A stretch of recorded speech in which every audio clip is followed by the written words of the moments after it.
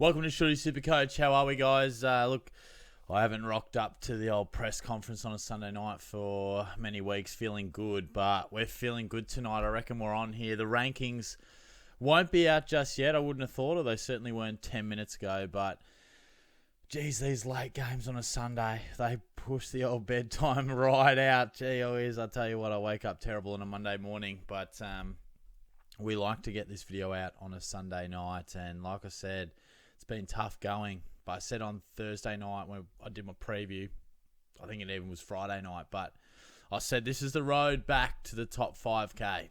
It's the road back. It begins now. And I reckon the boys push through. You might hear the voices a bit raspy too. I'll tell you what, boys pushing through. Did the Cats push through? I tell you what, that was an absolute ripper. One of the best games I've been to. It was insane. Absolutely thought Chris was going to kick it. I thought, here we go, bloody fairy tale. Fairy tale here, but went off when he missed. I think in those moments, there's always, I think everyone else, you always want the guy in that position to kick it, unless it's against your team. And I'll tell you what, bloody hell, I went off when he missed. But, yeah, the boys, Shorty SuperCoach, the boys have bounced back. I think they've bounced back. Obviously, the best gauge we've got is the league matchups and other good sides in my leagues. I've stacked up pretty well. We'll just go through the team now. Because, yeah, I'd love to get your thoughts. And I just want to, I want to run through the team. And then once this actually updates, we'll go through the actual rank. And I've sort of got a bit of a game plan. This is how I sort of like to map it out. Like, some of this won't make any sense, but there's sort of some of the guys I'd like to turn him into. Riley Bice was very quiet. He's sort of on the chopping block now. But yeah, I think guys like Merritt, I mentioned him on the live last week. Again, he frustrated me going huge, but that has been happening. I'll tell you what, Max Gawn is just making himself untouchable now. I'm not going to be able to reach him. Bontempelli just keeps doing his thing. At least Zach Butler's chilled a smidge, still finds a way to get to 100. Lockie Whitfield gets tagged by Jordan, still gets away to 100. Like, it's pretty impressive. But a few guys I'd love to get any combination of Dunkley, Green, or Anderson, with a preference to Green and Anderson. And they're just chilling out, much like Zach Merritt did.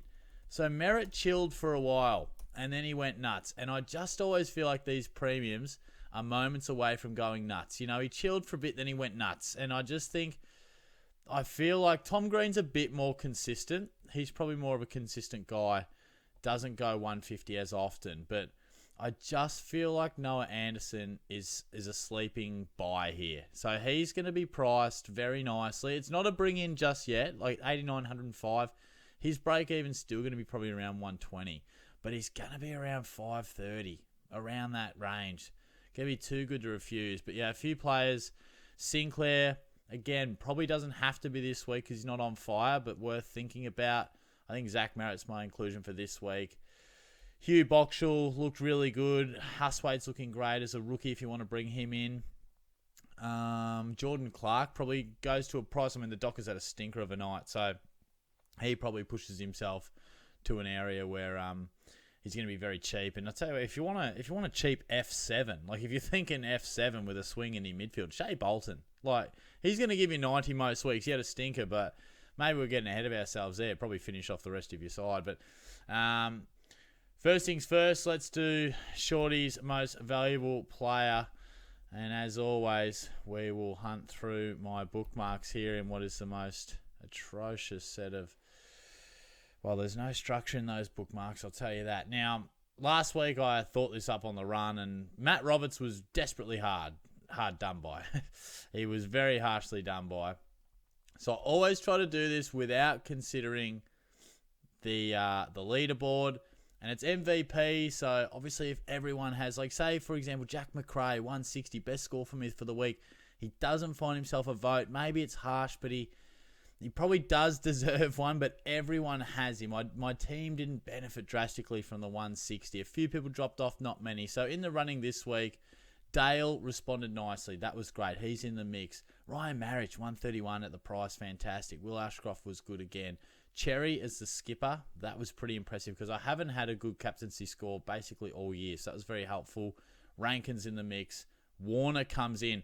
Pressure was on Chad because Petrarca came out, scored a 130, and I've been umming and ahhing all week, but Warner delivered very nicely. So the way I've fallen, it's hard to fit them all in, but I've had to go Cherry 3 votes just because of the captaincy element. I mean, I've been struggling to find a good skipper. The pressure's been building. So to land that, I felt was crucial. I don't know. A few people probably would have had him as well, but I feel like he deserves a 3. I'm going to go Chad Warner for 2, just because I think he's a bit more unique. And Marich, you could argue he could have got the 2 vote as well. But I've just given him 1. Feel like he's been a consistent builder, just a fantastic rookie option. So, Cherry does hit the lead there. So the 2 ruckmen leading the way. He goes up to the top of the leaderboard. And who we give 1 vote to Marich, who has featured already. And then, Chad Warner on debut for Shorty Superstars or Shorty SuperCoach, whichever one you want. I think I just call myself SuperCoach now, but I used to call me Shorty Superstars. But so Chad rolls in with a 2 voter there. So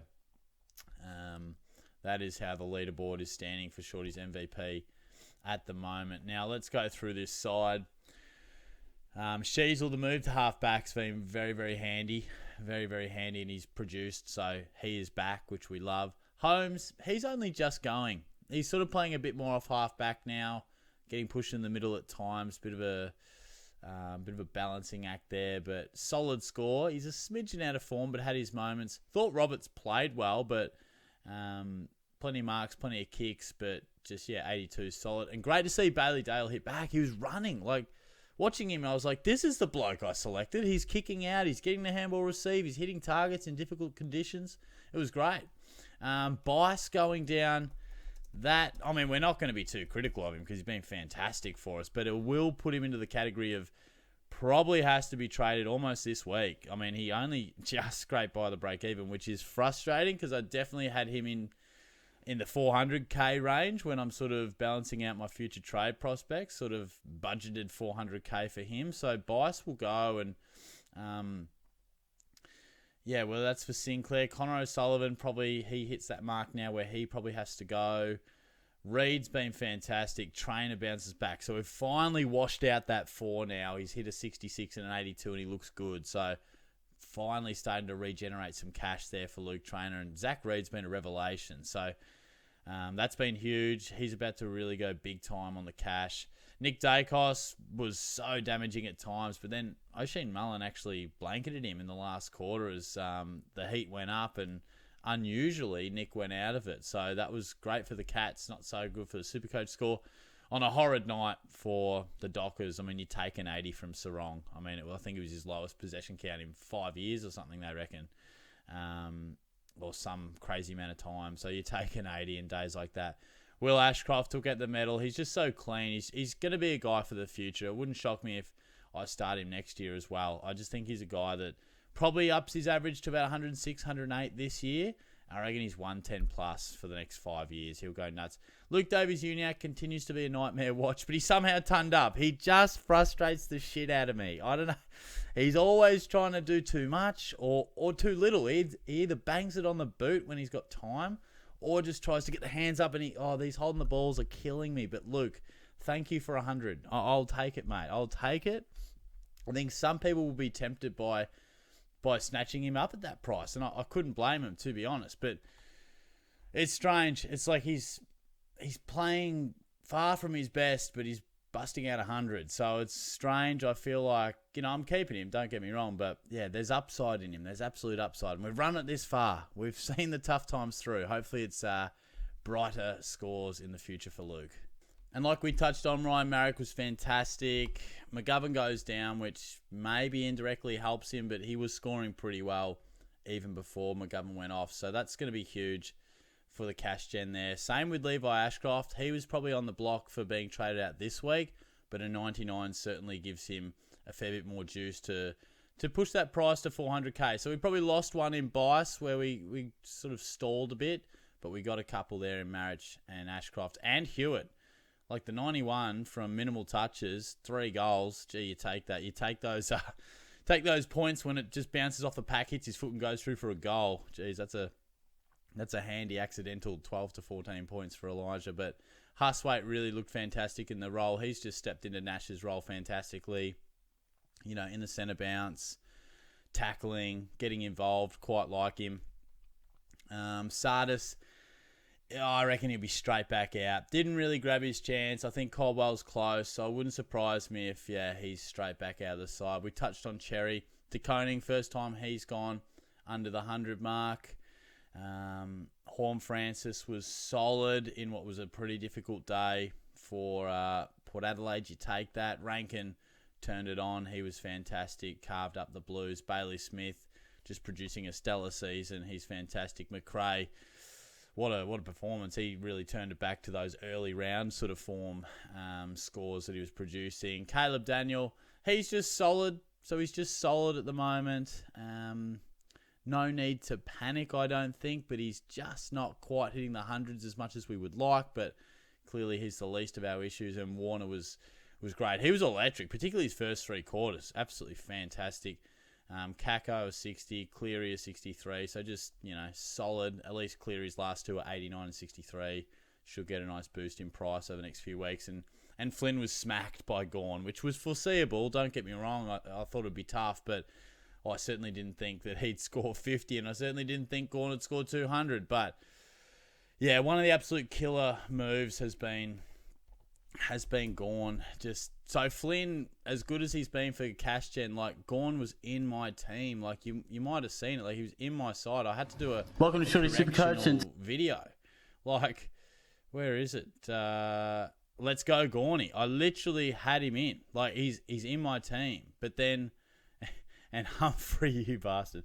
But I don't think Humphrey did too much today, which makes me feel a little bit better. But yeah, so I had to trade out. I reversed the trade to bring in Flynn because I thought, wow, you just have to snatch up a cash generator like that because they're hard to come by. I'll pick up Gorman, I can, but I guess you can never foresee. You can never foresee a 175 and a 200, can you? But so yeah, I think judging by like 2,480, it's always a good indicator how you go against your opponents.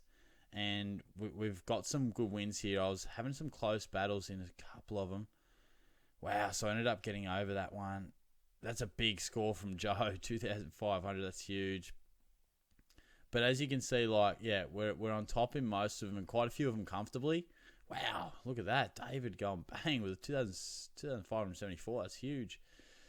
So obviously we will wait and see this to get updated. But yeah, feeling good. We got up in draft, which we love as well. So it's nice to speak positive about SuperCoach on a Sunday night, which we haven't always done. But yeah, hopefully these rankings aren't too far off. We don't want to draw this one too far past 11 o'clock for old Shorty as we get into the working week. But yeah, stick with me. I'll be back shortly. All right, the scores have updated. Tell you what's a killer when they update 11:20. This fixturing, mate, if Sunday night football comes in, I'm going to be a tired boy to start the week. But we're not going to muck around too much. I just refreshed it before, saw my score, but didn't look at the rank. Want to give you a bit of a live reaction because I'm hoping we've really burst up the rankings. Let's have a look. Nice, 14,000. All right, we like that. That's the direction we want to be heading. I know as an overall it's not great, but it's in the right direction. Clearly the best week of the year. Some decent cash gen happening. Yeah, we're lacking a bit in that midfield bench. There's no doubt about that. But yes, we won't talk trades right now because I've got to upload this and I've got to go to bed. But happy with it. Let's roll. Let's go. Let's bring Shorty back. Top 5K. Let's go, baby. All right, let me know how you went. I'll talk to you soon. Cheers.